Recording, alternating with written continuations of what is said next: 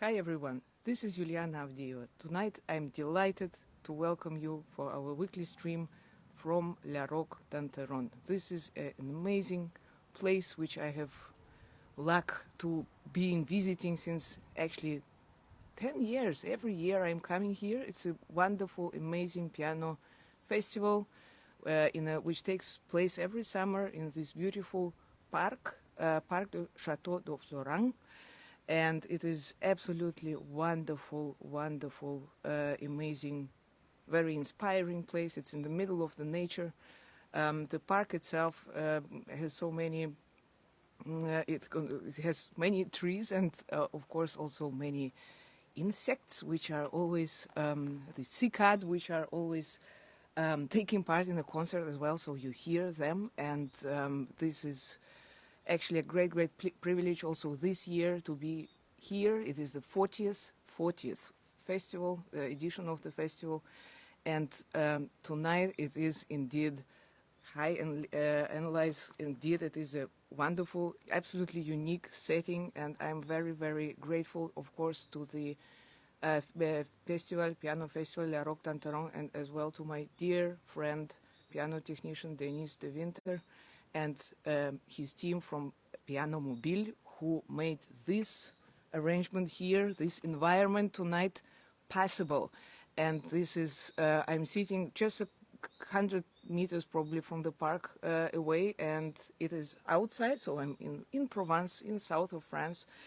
It's a little bit cloudy, so I hope that it will remain sunny until we are done with our stream. But anyway, for me, I'm so glad to be able to share this wonderful place with you, because it's it's just unique. It's of course, first of all, it's just this beautiful nature here, which you also feel in the concerts, because the concert take place outside, and just this place is absolutely wonderful, unique, and I'm very happy to be here tonight.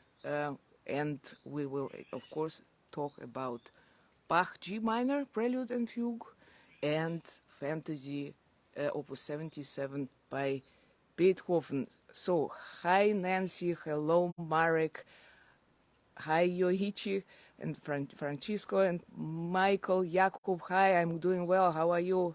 Hi Rolf, thank you, best greetings back to Switzerland. Hi Veronica, hi to Texas, hi Lars, Kyoko, good morning. Hi Robert, great to see you here again. Hello Maria. Hi Alex, I'm doing very, very well. Hi Maria as well. So the week has been quite busy, but quite exciting. Hi Dario and Eric and Marcos.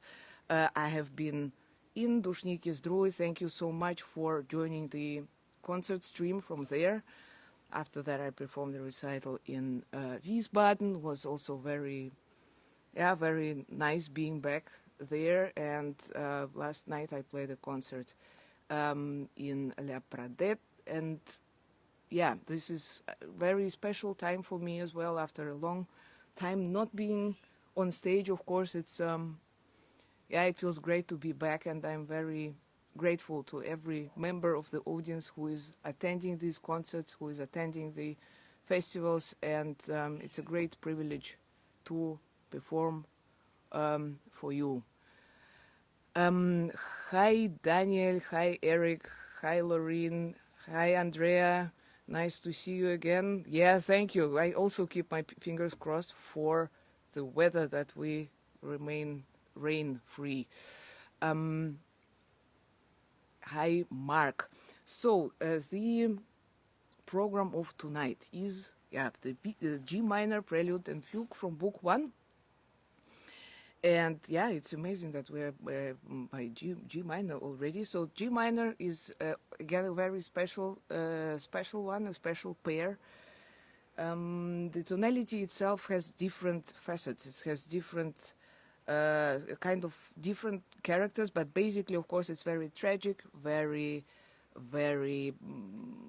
dramatic tonality. But at the same time, in this set, especially, we hear also this, or I feel there very also some kind of lamenting moment. So it's not just you know, although I know some, for instance, one of my favorite piano concertos I know is the second Prokofiev piano concerto, which is also in G minor, and this is for me it's an amazing, such an intense piece, and actually I think that the intensity is probably the right word for G minor, basically, which we will also hear in this Prelude and Fugue.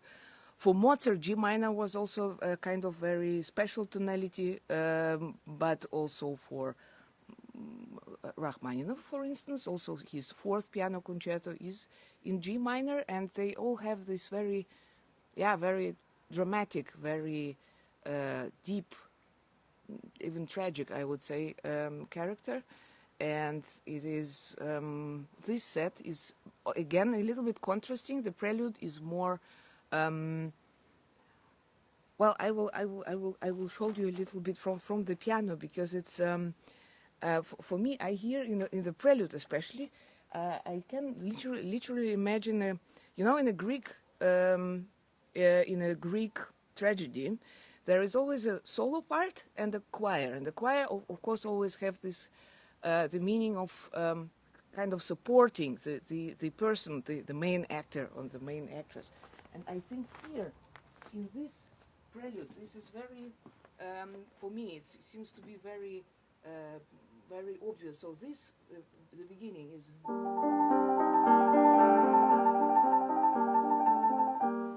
no real movement over there, so it's just this supportive element, and then the soloist comes with this very lamenting character, and again the choir supporting, being very. I'm looking for the right word. Yes, just showing some warmth, so the support to the lamenting person.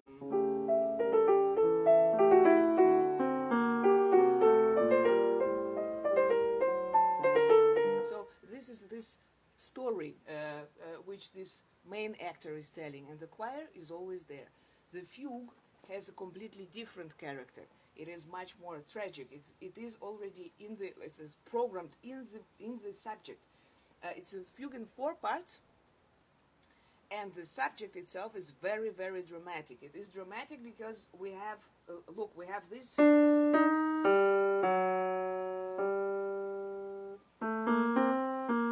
So we have 2 elements in the theme. We have this, which is a great tension already. This small second.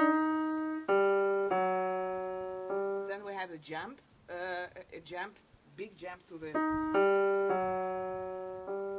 and this completely different, already different, again different element is moving.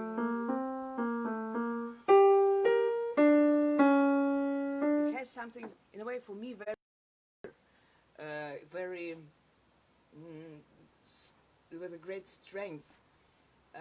And the fugue is full of different strati, full of it's very intensively composed, and the style of composition is very, very. I show you. It looks, especially in the second half, it looks very, very, very black, right? And I have to be honest. I have one spot in this fugue, which for me is absolutely divine. This is actually this section place, the sequence place between the bars 24, 27, and this is what I actually really love Bach for.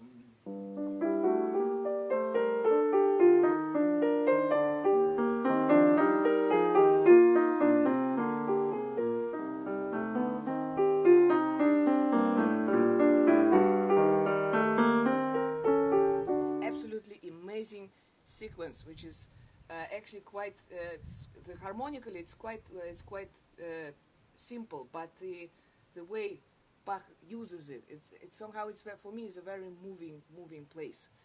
So please enjoy the G minor Prelude and Fugue from Book I, from La Roque d'Anteron, composed by Johann Sebastian Bach.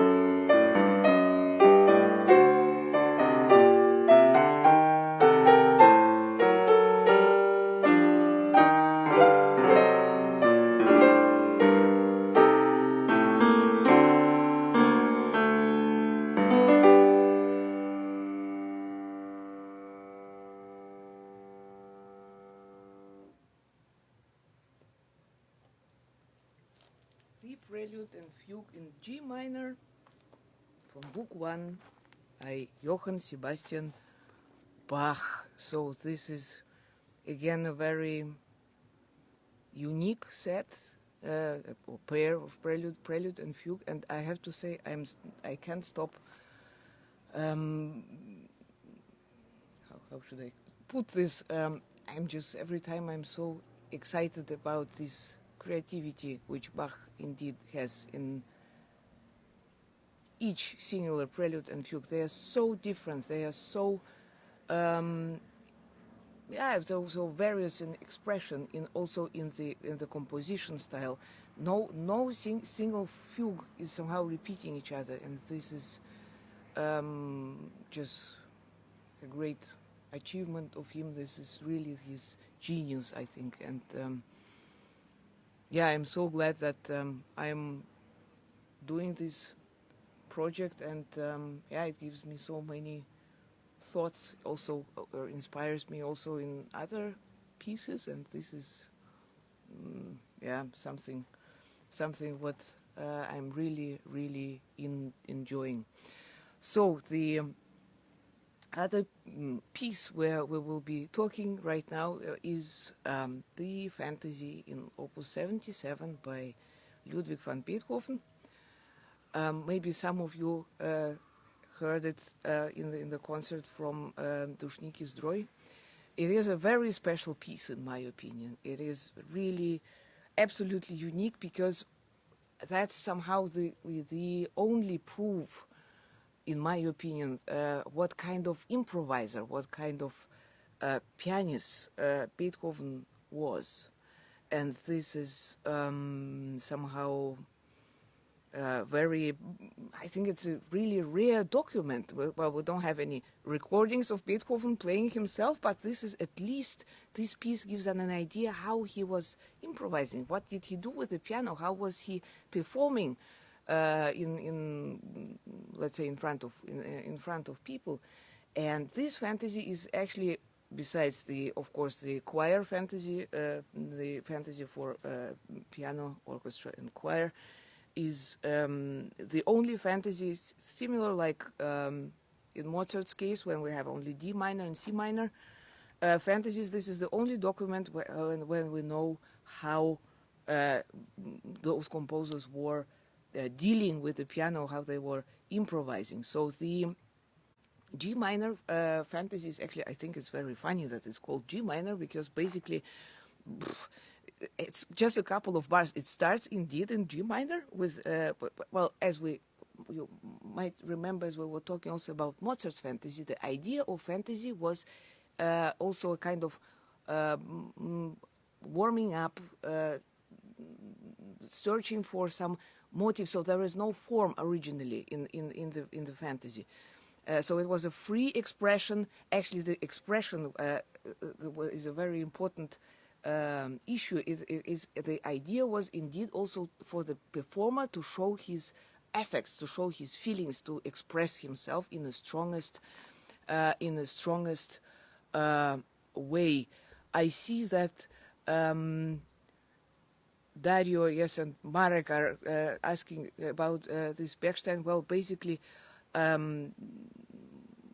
let's say I'm normally, the most of the time I use Steinway in concerts, but in some special occasion, and tonight it is a special occasion, I am playing on the Bechstein, which is indeed, thanks to my dear friend Denise, is in a wonderful condition. And of course, also playing outside is something different comparing to playing in a room with acoustics, with everything. But I hope that with this microphone you have an okay sound. So yes, this fantasy is indeed very untypical for Beethoven, because Beethoven, at least for me, in my perception, of course, he has this clear structure, this clear form. And this piece is completely the opposite of that. It's at least for me, I can divide it in a way in two parts. The first part is really improvising with lots of scales, with many modulations. He's searching for, going through all possible tonalities. So we have G minor in the beginning, then immediately we have F minor, D flat major, B major, and these are all different characters. They are so contrasting characters, and some places are really wild. And then he comes to this main section in B major. Well, the fantasy is it's notated or composed around 1809, and of course, this is the more or less the time also of the choir fantasy, or also the fifth concerto, and of course the B major, at least for me personally, is of course the tonality of the second movement of the fifth piano concerto, which is divine, which is has so much light in this music, and this part from this theme in B major, it's actually very typical for Beethoven form. It's kind of variations, or real variations, but still it's this free search for the expression, free search for the greatest intensity in the expression. It's really wonderful. So I will just show you, before I will perform it for you, I would like to show you some sections which are, especially in the beginning, well, the scales, where the entering scale is, this just the fantasy starts like this.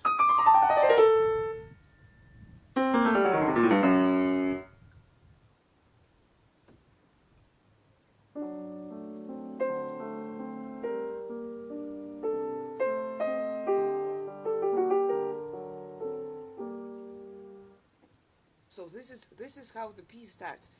No, let's say, no preparation. So it sounds like he sits down on the piano and starts improvising. He doesn't know where he goes yet. This is my personal perception. But so he's searching. He's searching for the right mood, for the right expression. And after the sequence, immediately we have in the sixth bar, we have already completely different new mood, also new way of writing we have.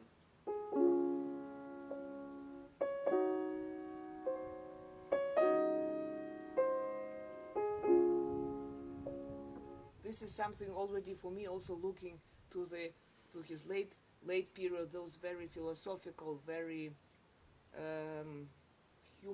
humanistic statements which he makes. Right after that, again, a completely new section, B flat major, allegro ma non troppo, ma dolce, with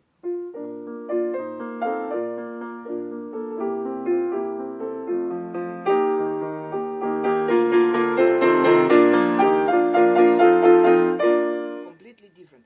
And then absolutely suddenly he moves to D minor with a completely wild passages.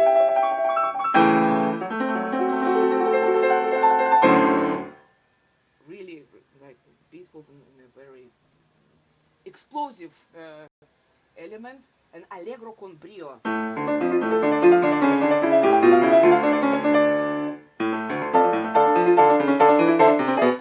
With octaves, very virtuosic section. And then he stops this very sudden.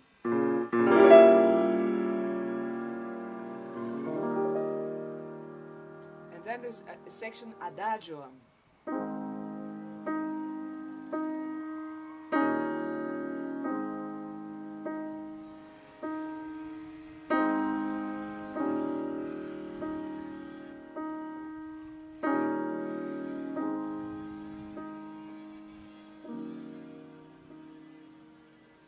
Me personally, it reminds very much on the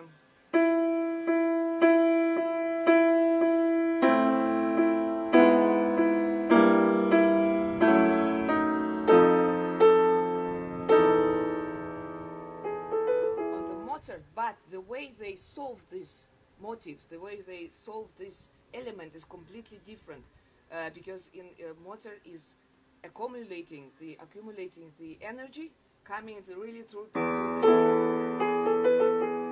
and Beethoven makes completely the opposite. Here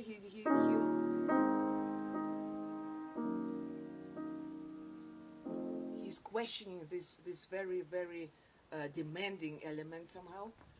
Then there is a big section, again very virtuosic, in B minor.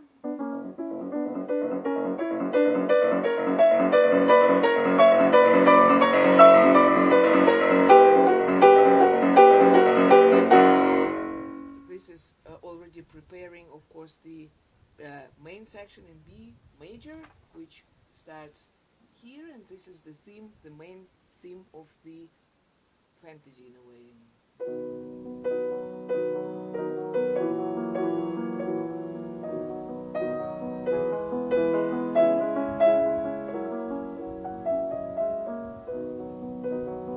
And then he starts variating it. It's quite a big amount of variations here before coming to the coda, which is somehow a kind of, for me, it's a pinnacle of, it's in a way a very joyful moment for me. So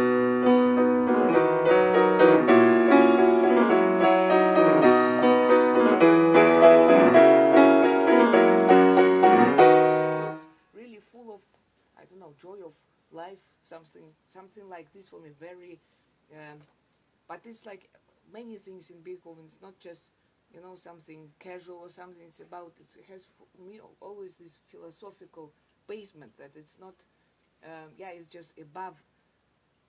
At the same time, it is about human beings, but at the same time, it's somehow aiming for the ideal human being. This is my feeling of Beethoven. And in the end, again, he comes to the adagio section. So actually, this joyful feeling, it disappears, but this pleasant feeling, it remains.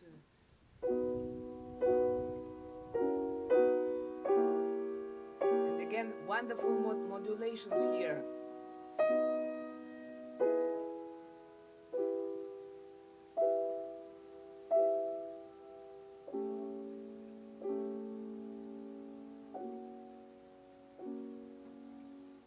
So it's really, he's even in the end, he's still looking for something.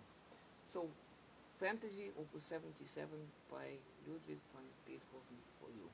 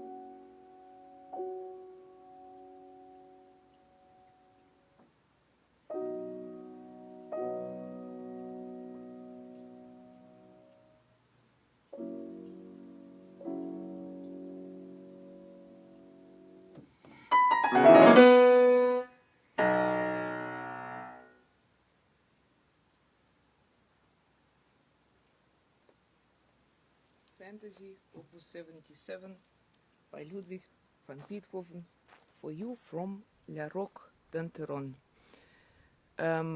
This is very special for me to play it for you also outside, because I think from what I know, and Beethoven was a great admirer of nature, and somehow I hope that he would also, if he would be here and he would see this place, he would also enjoy it. And I am very, just grateful that it is possible to have this stream tonight from here. It is, just special, because south of France, Provence, and La Roque d'Enterron is absolutely very, very, very dear festival to me, and I'm very happy and very grateful to my friend Denise de Winter and Piano Mobile, who put this piano outside, and I was able to play on it and share this great place in a way, to give you a little bit the spirit of this place. This was very important to me. Thank you very much for being here tonight. Thanks a lot. Next week we meet again on Thursday. I hope that I will be home by then. Thursday from my home place. I wish you a very good week. Please stay safe, stay healthy, and see you very soon on Thursday. Thanks a lot. Take care. Bye-bye.